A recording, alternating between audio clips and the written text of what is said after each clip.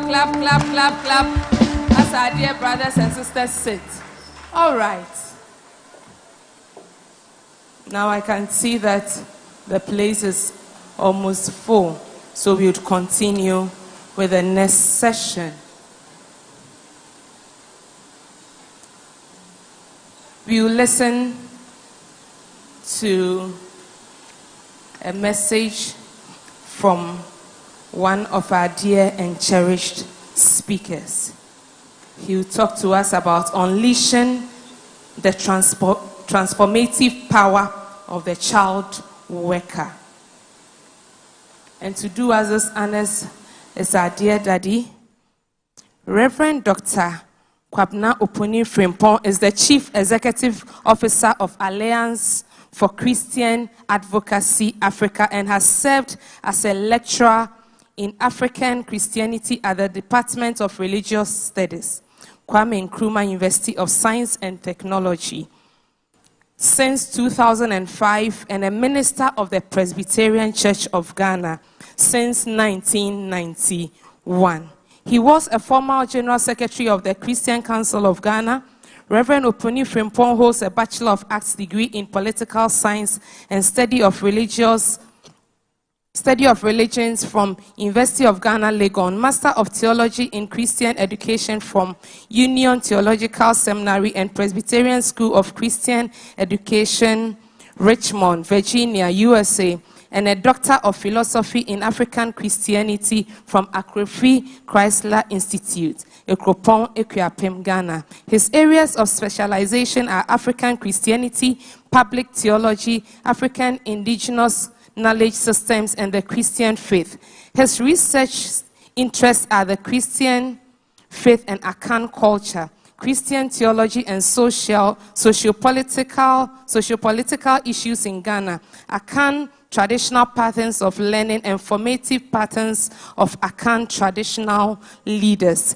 He has presented papers at several national and international conferences and has a number of publications in referred journals to his credit. Reverend Kwabena Opuni-Frimpong is a member of the professional bodies including the Alliance for Christian Advocacy Africa and the University Teachers Association Ghana, UTAG. He has served as moderator for the Department of Biblical Studies of All Nations University College, Koforidua, on behalf of KNUST, and an adjunct lecturer at the Trinity Theological Seminary, Legon. He has been appointed by the President of the Republic of Ghana to serve on several advisory state boards, councils, and committees, including Ghana Education Trust Fund, that's the GET Fund Board, Ghana Prison Service Council, Ministry of Finance Advisory Board, Ghana Library Board, Zongo Development Fund Board, Public Interest and Accountability Committee, National Curriculum and Assessment Council, and Star Ghana Governing Board.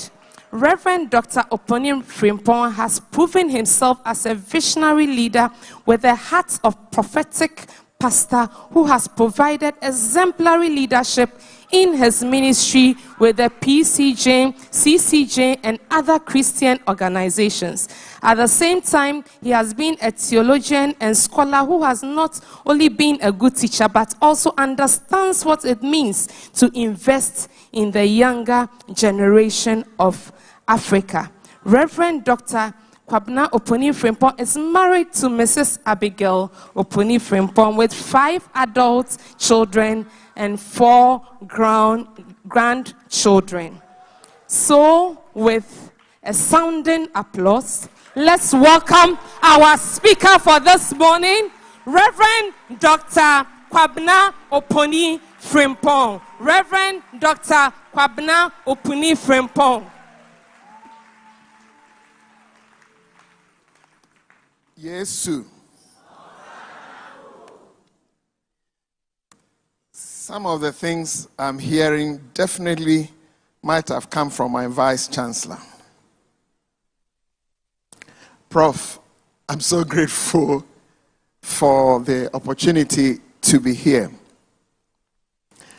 I have a testimony to share.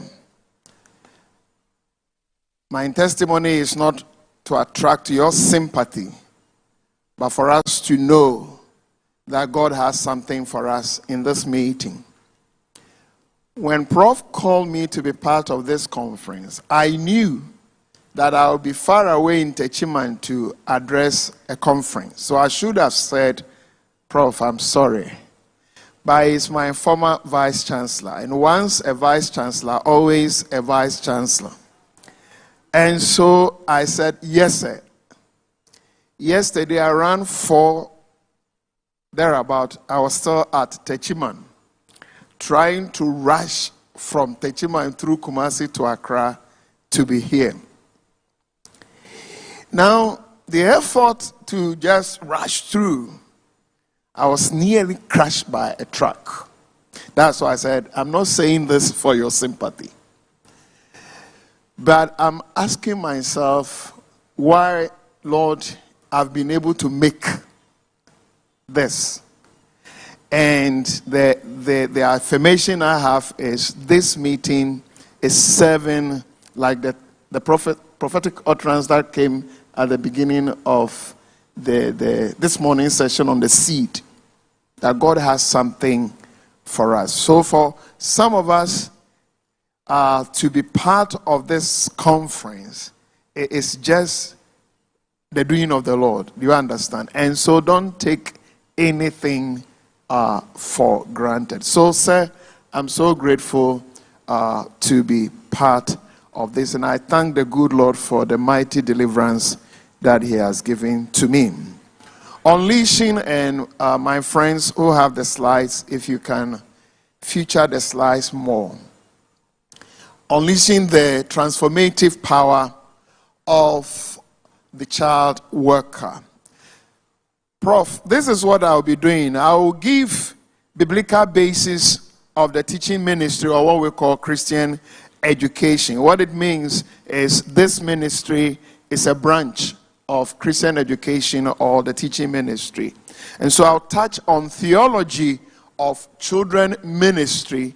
Then we will try to identify those we are calling child workers. So we'll do identification of the child worker. Then what we are calling transformative power of child workers. I'll give historical and theological antecedent. Some people have gone ahead of us, and so we will track their steps. Now, I will pick a particular man called Robert Riggs. Some time ago, I was teaching Christian education in the Pentecost theological seminary, and you were in my class then, eh? So some of them may know the story of Robert Riggs. I will tell the story again. If I still have time, I'll talk about Horace Bushnell, else we will skip him. Then I'll touch briefly on what we call public theology of the early fathers of Sunday school, then moving towards the transformative power of the child worker. Where do we go for the strength? Now, let me introduce this subject in this way. Transformative power of the child worker refers to the potentials of those who work among children and young people to facilitate commitment to Christian faith values in the children and young people in order to bring positive change in themselves, in the children, their communities, churches, and their world at large. Now, this is normally what teachers will do. Difficult thing, but let me explain to you. That's why you shouldn't miss lectures. What I have said this, if somebody is not in class, you may read this 3 times, you may not be sure of what I'm trying to say. But what I've said in that statement is the child worker is a facilitator. It means the child worker is a midwife. The child worker is what? Midwife. You are into midwifery.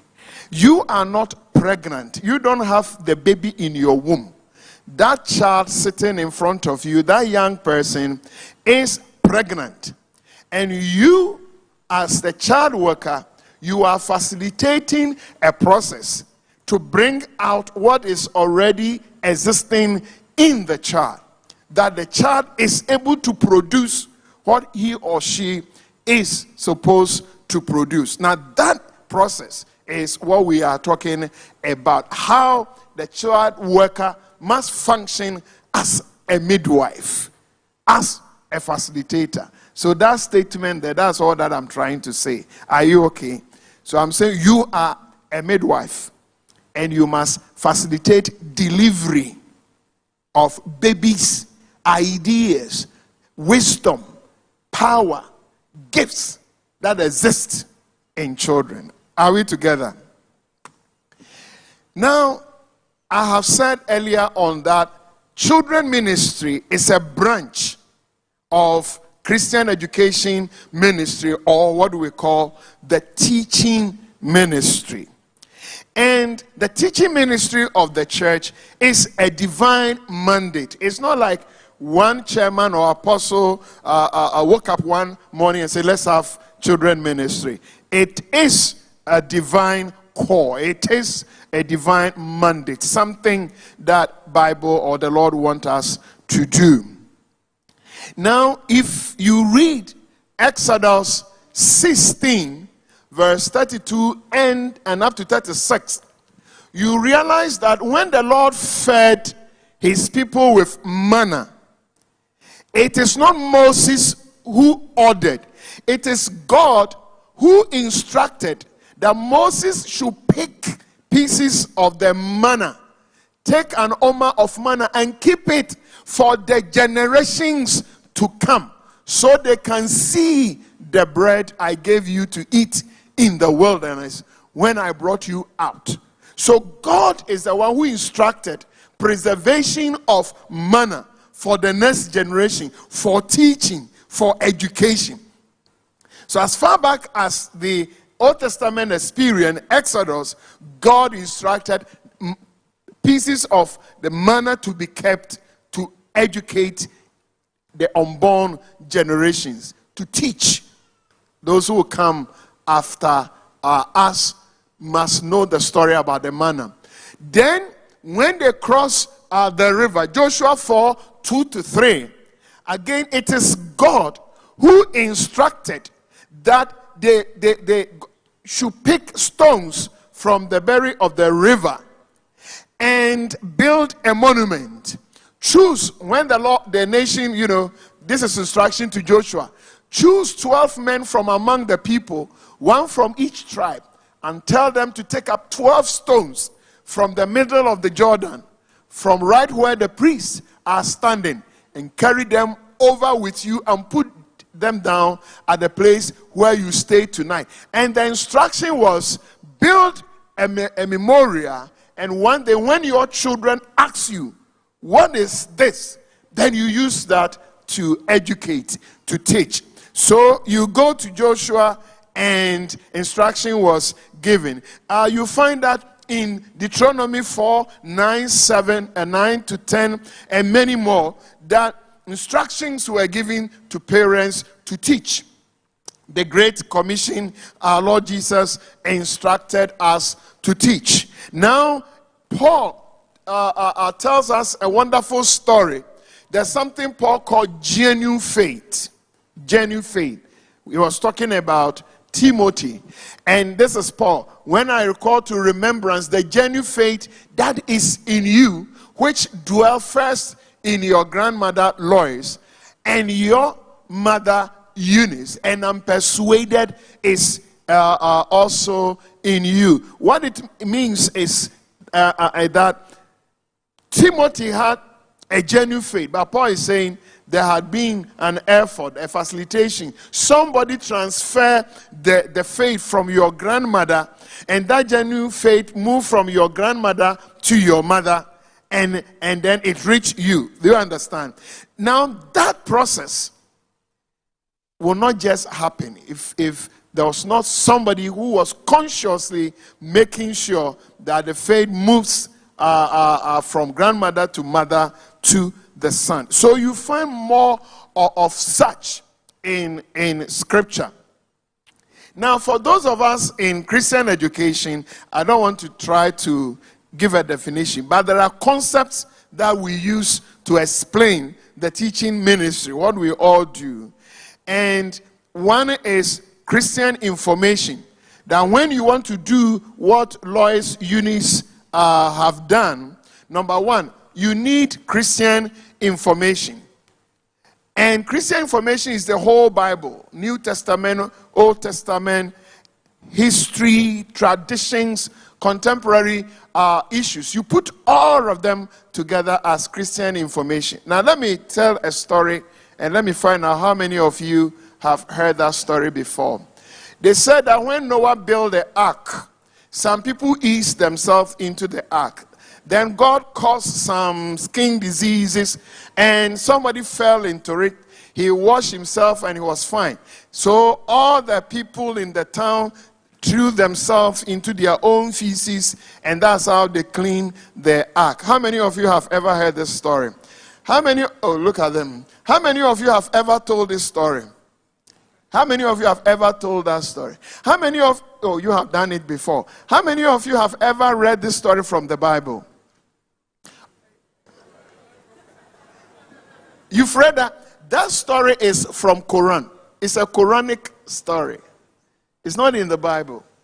Now, when we talk about using Christian information, there are things we do in church, especially Sunday school children. They have nothing to do with the Christian faith. So, if you really, really want to nurture faith, you use the Christian information, the full Bible. And then Church of Pentecost, the history of this church is part of your Christian information. The traditions, music, all the architecture, all the leadership, your constitution, materials that have been introduced to us, they all come into our traditions. Contemporary issues. Put all of them together. That is your story. That is your history. But you must be very careful that you are fair and right, faithful to your own information. Please don't go to Sunday school and tell that story of people easing themselves in the Noah's Ark. It's nowhere in the Bible. You raise your hand that you've read it before. I'll come and check the kind of Bible you are using. So, if you are into teaching ministry, number one, the Christian information. Number two, you are into formation. You use the Christian information to form, to build up. And you build up two things: faithful discipleship or disciples and good citizens. So your formation, and this is where many people are failing. If you do Christian education and you stop at faithful disciples, you have not been fair. You need faithful disciples, but the faithful disciples in church must equally be good citizens.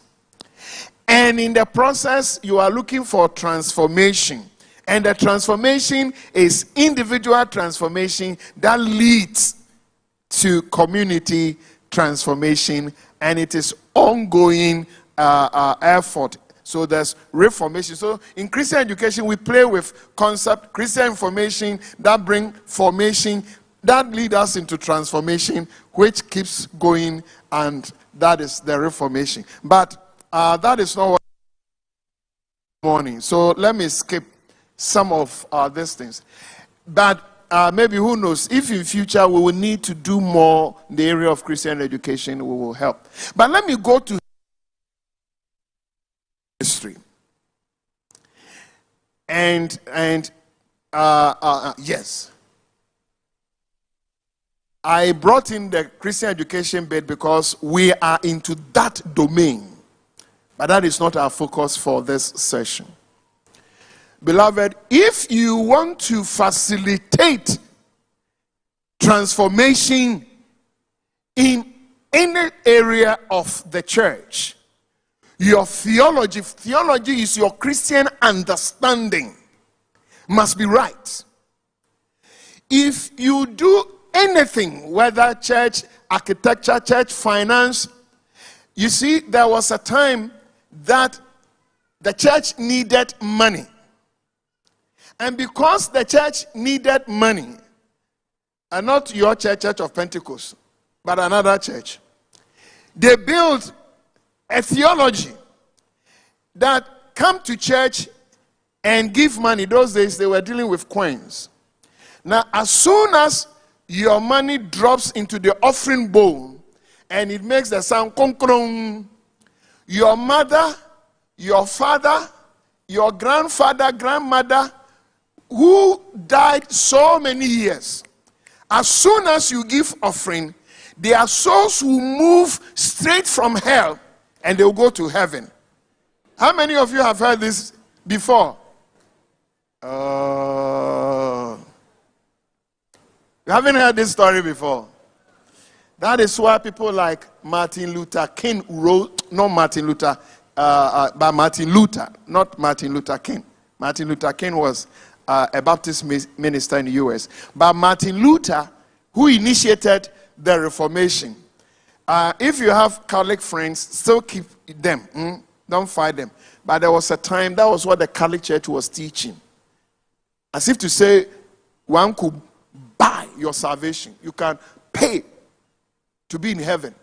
You can pay for your mother. This was teaching in the church. Truly, truly.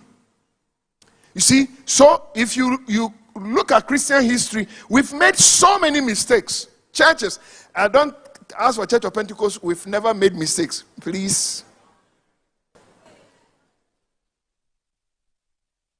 Don't talk like that. Don't say me. We are still human beings, so there are small mistakes. The Catholic Church made several of such mistakes. Asking people, bring offering, and you can take people from hell into heaven. Now that is theology, but misleading theology. Now, one area you can push misleading theology easily or knowingly is when we are dealing with children, because they don't talk back. If you go to church and have people like Prof. Ellis sitting in church and you are teaching some funny things, he may decide not to talk, but after church, pull your coat. Reverend, you said this, I want to hear you the second time. You see? So there are critical minds at a certain level, they won't swallow anything. But as for these children, if you tell them anything, unless they go home and ask their parents, they'll swallow. But bring back that slide. Please, let me rush through. Each one of them can qualify for a whole conference team. What is here? Theology of children ministry. What is our Christian understanding? If you don't like the concept theology. Number one is children. I'm not going to spend much time on this. I'm just raising them, maybe for future conversations. Children, number one, are gifts from God.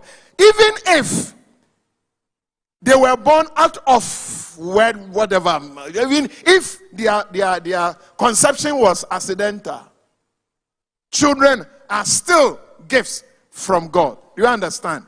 Even if their mothers, normally firstborn children, their mothers try a lot to throw them somewhere and they weren't successful. So many firstborn children are accidental. Do you understand? Yes, especially those outside, proper marriages and all that. The mother was in school somewhere, became pregnant. He tried her abortion, didn't succeed. But even if your parents have told you before, you are try, you are still a gift of God. So the mere fact that abortion did not succeed and therefore you were born doesn't mean you are an accident. Children are gifts from God too. They are loved by God. Look at the Jesus example. Even when his disciples were blocking the children, Jesus allowed them to come. He's yesterday, today, forever. He loved them yesterday and he still loves them. So children are you can take my D and loved by God. Yesterday, today. So then the Holy Spirit can dwell in them. The Holy Spirit that our General Secretary mentioned. If you want to understand, children can be used by God. And I have Miriam in mind. When her brother, the king wanted to kill him, and far away, that little girl was taking care of her brother who became the Moses who brought deliverance. So that girl, little girl, Sunday school girl, became an instrument of God. You remember Samuel when he was in the temple, and even when the then prophet was not hearing from God, little Samuel was hearing God. Of course, he made mistake. He wasn't sure where the call was coming from, so he jumped here, but eventually he was able to discern the direction God was giving. If we can still stay there, sure. Now, there's another child who gave his lunch to Jesus, that Jesus used to feed several people. You remember? Now, when we tell the story, we mention the bigger side, the adult side. But some children will never give you their lunch. They will cry. We are not told that that child cried. We only heard the disciples say, oh, there's a little boy here with some bread and fish. And Jesus, it means that young boy freely offered something that some adults even wouldn't do. Or some children will cry. That child offered his lunch. And they are integral part of the membership of the church. Now listen to me carefully. The church is not a community of adults, please. The church is not just a community of adults. This is a mistake many people are making. We see, and heads of churches, regional heads, your case, chairmen, apostles. For some people, because the children don't pay tithe, they don't give offering, they don't support mission, they don't see them as integral part. They are noise makers. Push them somewhere. So for some people, the church is a community of adults. If you think like this way, you are totally wrong. The church is a community of adults, youth, children, elderly, disabled. There's space for everybody, and there must be space. I'm saying this because you can have church leaders, your case, apostles and others, who will be in an area, or pastors, 2, 3, 4 years, they will never visit the children ministry. No, wait. It's not only your church. Wait. Look. I serve, we call it General Youth Secretary. You are the director. I was in charge of Presby, youth, and students, the whole country, at our head office. And so, this policy thing, I have done that for Presbyterian Church of Ghana. They know. If you ask anybody, they know that I have, and that is the educational ministry. And I don't know your church. You have forced yourself to cry. I was not going to talk about Pentecost. I was going to talk about my own church. But, Prof, I can get a minister in the station. If that story is your story, fine. But I have served what do you call area head. I was in charge of Presby Church, Ashanti region. When you come to Kumasi, they have Asokwa Kwada. So I was in charge of Ashanti region, even up to Sefshi or Sekwadjo Krum, all that under me. And I had about 100 and something. You can get a pastor you place in a station, and not 4 years, that pastor will never visit a children's service to see what they are doing.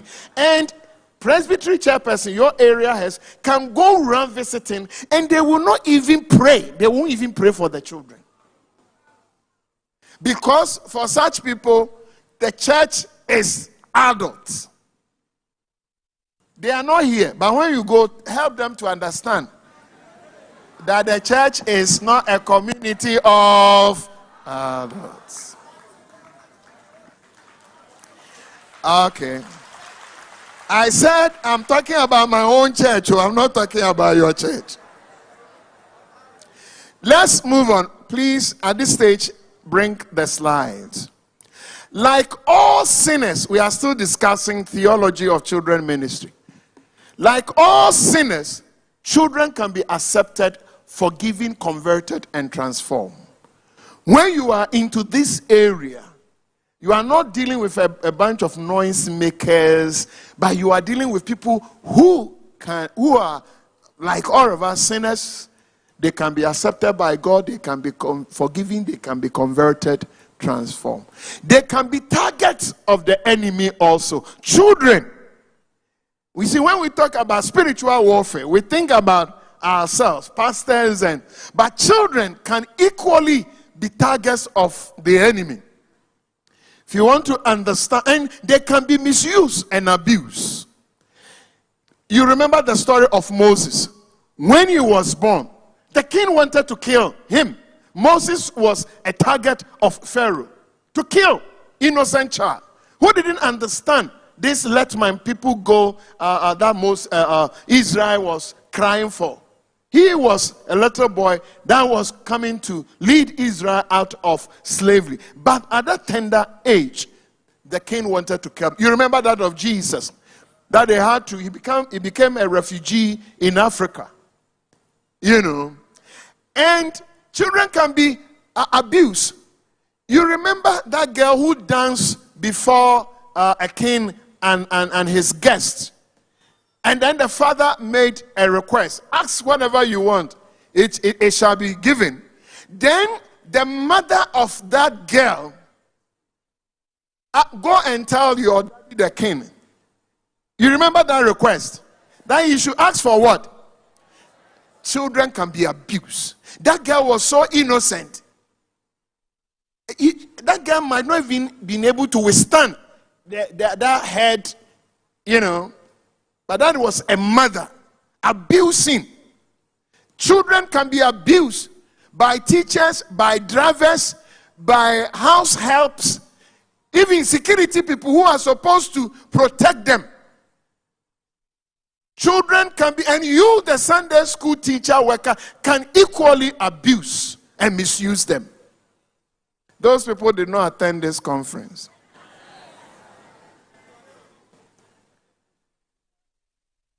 The children have needs that must be met. And if those needs are not met in their socialization process, they become frustrated.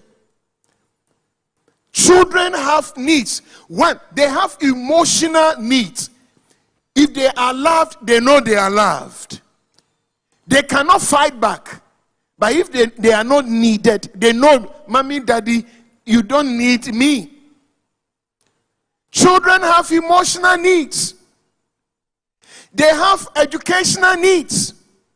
Some of them are finding it difficult to study, even at the KG level. Some of them have health needs. The teachers among you, some of the children will think they are not good. Let me tell you, we had a child back to K University. The child was not doing well. You pick a conversation, excellent child. You ask her to do exams. And they repeated her, and spoiled child. One day the parents were having family devotion, and they were reading the Bible in turn. When it got to the turn of this child, a child, class 1 girl, you see, if prof is reading, I'm sorry I didn't come with any book, and he does this, it's not surprising. Huh? Where is Asafo Boamie? But if a class 1 girl, you know, at a point, if I take this toy down here, I can't read. This is the position that my material book, Bible, must be. If you give this to me without spectacle, any support, I can read unless I do this. You understand what I'm saying? When I started reading like this, that some authority in my church also stop doing this kind of thing and go for spectacle. So all of you who read this way, you've crossed the red line, go for spectacle. But if a child, primary school child, reads this way, the child is sick. Elderly people, you are not sick. Beyond 40, if you need this, there's nothing wrong. Those of us who spend too much time behind computers, there's nothing wrong. But if a primary school child is reading Bible and Sunday school teachers, be smart. You can help us. This child had been to Sunday school, being with professional teachers. They were not able to discover that the child had health need. The child had problem with the sight. And so during devotion, when they were reading and they answered, then she would do this and squeeze the eye. And you say, well, I see nothing. I can't see anything.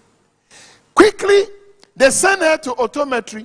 Optometry people. They said, this child, does he have spectacles? Papa. Let me tell you, some of the children that you say, wabon, they have health challenges.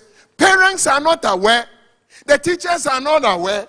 They come to church, we are not aware. Some of the children should not stay at the back in class. They must sit in front.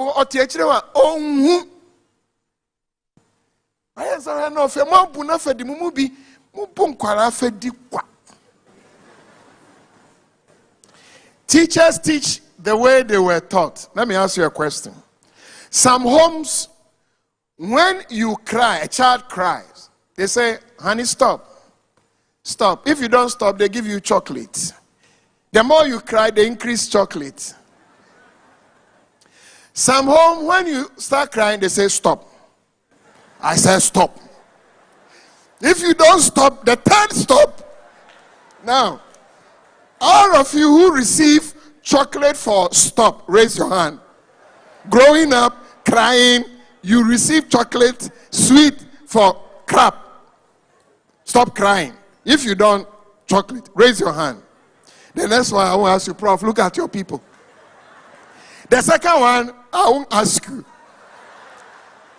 But those who receive the slap, a child may be innocent.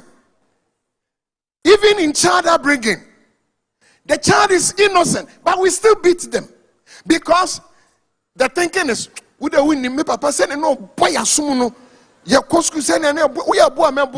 if you put the chocolate and the slaps into marriage, when one is calling for chocolate, one is saying,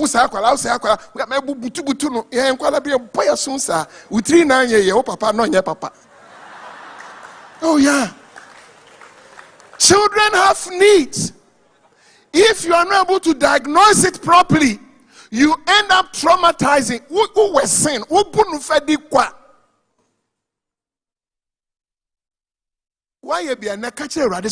Some of us, we need forgiveness. Some of the children in our Sunday school are not, they feel you don't love them. Because we'll be saying a question when to me and can. But if you feel more bad, what be one no cancer, have you checked where that child is coming from? Children have needs, health needs, but some of them is difficult even to describe. But they are being punished for that. They have security needs. You send driver to send them to school. On the way, mate, no way. In some countries, they give them drugs so that the child will not cry. Security. But when they come to church, we must be conscious of their security. They have spiritual needs. Their friend has lost the father, the mother, and you think they are children, they know nothing. They are asking, but so why did God allow my friend's parents to die? And they're asking, why God? If God is loving, why? They have spiritual questions that must be given answers. All these areas are big areas that in future, if you are interested, you can explore. But let's move on.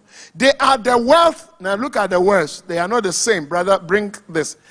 The wealth, W-E-A-L-T-H, and wealth and health of families, church, nations.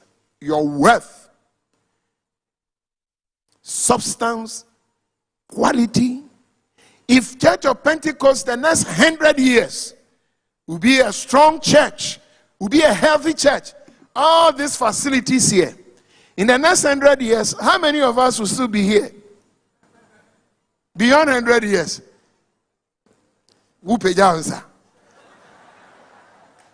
If you are more than 20 years, you are saying you'll be 120. Now, Tikroma. So all these facilities, if maintenance will be proper, if we'll be able to keep this, the vision focus, it's the children we are talking about. They will determine the wealth, the health of this church.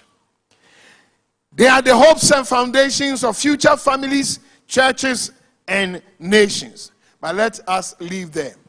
Now, who are the people we are calling children workers? Christian parents, number one. Christian parents.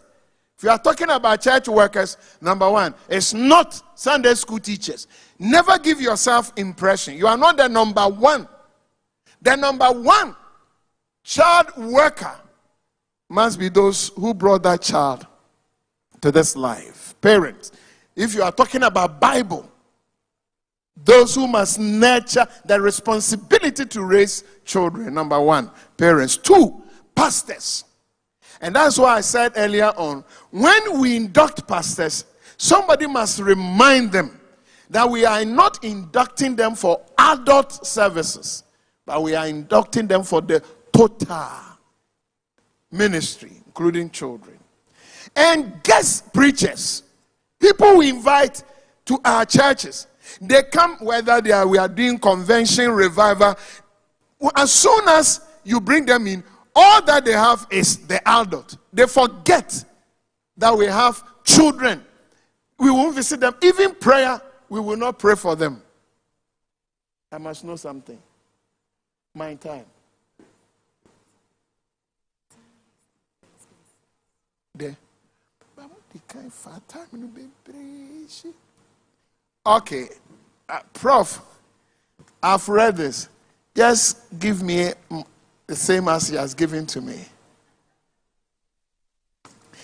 Okay, so church elders, children workers, classroom teachers, chaplains, educational managers, school boards, school prefects, and the NGOs. But maybe that is where the meat is. Now, those of you here, so let's go to the transformative power of the child work. And I'm using story. Those of you here, if you have data, Google, the name is, so take this out. Robert Rakes. Google that, those who have data. Robert as Robert. Rakes as R-A-I-K-E-S. Then those of you here, Google the father of Sunday school. Father of Sunday school. Do it quickly. Are you getting something? Now, I wish I had time to do this. Let me do Robert Rakes. There's a man called Robert Rakes. If you Google father of Sunday school, he will give you Robert Rakes. If you Google Robert Rakes, it tells you he's a father of Sunday school. That thing happened in 17th and 18th century when Europe was having what we call industrial revolution. And you can read it, so let me just sum up. I wanted to tell this story in detail. At this time, Europe did not have laws, labor, child, security like you've given to us. And so children were working in the plantations in Europe. And American children, Europe, Britain, these children were like filthy, dangerous. But there's a man called Robert Rakes. He was a philanthropist, a Christian leader, and then he was into a newspaper publication. Now he rented a place, and every Sunday he would gather the children, pay people to teach them, and he was teaching them how to read, because the thinking is if they're able to read, they will read the Bible. They were talking about morals and religious instruction. Now, the only qualification for people to enter into Robert Ray Sunday School was washing of face. Wash your face, comb your hair. And at the end of the service, he will give every child coin, money, and food, and pay the teachers. At a point, in fact, some pastors describe what he was doing as a work of the devil. And he suffered bankruptcy. He lost everything. That's November 1783. And people were saying that, we told you so, that these children are good for nothing. And so he published the amount of money he has spent on the children. And the then Queen of England, read the report.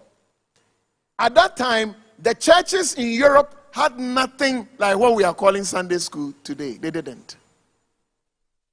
But when Queen of England read the sacrifice Robert Ray had made, she identified with it and decided to fund it because the man had lost everything. He died 1811. And at the time Robert Rakes died, he had 400,000 children in his Sunday school. So in Christian history, all of us in this room, our father, if you're a Sunday school worker, the father of Sunday school is Robert Rakes. Google it. Now, what am I trying to say? We are talking about, there's another man, Bushnell, let me skip it. If you are talking about Robert Rakes, it's sacrifice, it's service, seeing hope in children. What other people didn't see, he saw it and spent everything. That is how the formalized Sunday school like we have today started. Let me conclude. Painfully though. That moving towards the transformative power of the child worker. How do we do it? Because we must learn from Robert Rakes the sacrifice he made, the services he provided. If you are into this ministry, and that was what I was going to touch on, public theology, when even people don't have hope in the children, you as a child worker must see hope in that child and spend whatever you must spend, the sacrifices. But there are a few things I want to conclude with. If you want to bring that, what I mentioned earlier on, the midwifery side of ministry, the transformative power, but I didn't touch it, sound public theology, have sound children ministry theology, and have sound spiritual and moral foundation. And we must focus on the power of the gospel to transform. Always believe this, that the gospel has power to transform both adult and children. And like I keep saying, the drive for children's service or children ministry must remain service, sacrifice, the common good, and the glory of God. Listen, if you are a father, if Robert Rakes is your father, you do child or children ministry with or without payment. If they pay you, praise God. If you must do it voluntarily, go ahead. The thinking is you are in there for transformation. You are in there for delivery. You are in there to bring out something that is hidden in that child. That child needs, the church needs, and society definitely needs. Thank you very much, and have a good day.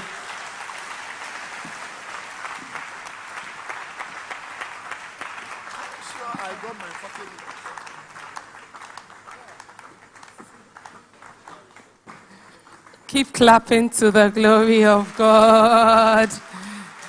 And let's humbly be on our feet and say something to our dear daddy. God bless you. You want to do it again? Daddy, God bless you so much. God bless you. We must stay focused on the power of the gospel to transform, and the drive should be service, sacrifice, the common good, and the glory of God. God bless you so much. So at this point, we've listened to this powerful word of God. We want to go into our groups. We have 15 minutes to do that. Please, the first seat you would have to face, so we will turn your chair to face the other. It will continue that way. So face each other, and the questions will be available for us to discuss this session, what you have heard and what you are going to do. It's not enough to hear, but we need to implement the strategies and all that we've been taught. So we have just 1 minute to do the groupings. And group leaders, please, every group you should have a leader and a secretary.